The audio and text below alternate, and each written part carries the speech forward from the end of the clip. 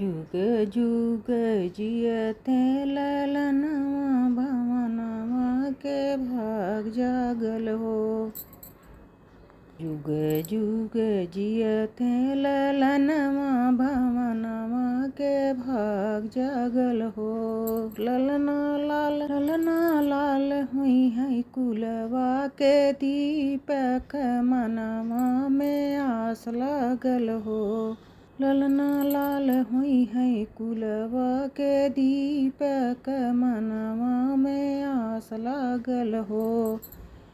बहिनी सासु सोहागिन बड़ी भागिन तयन धन लुटावली हो। बहिनी सासु सोहागिन बड़ी भागिन तयन धन लुटावली हो।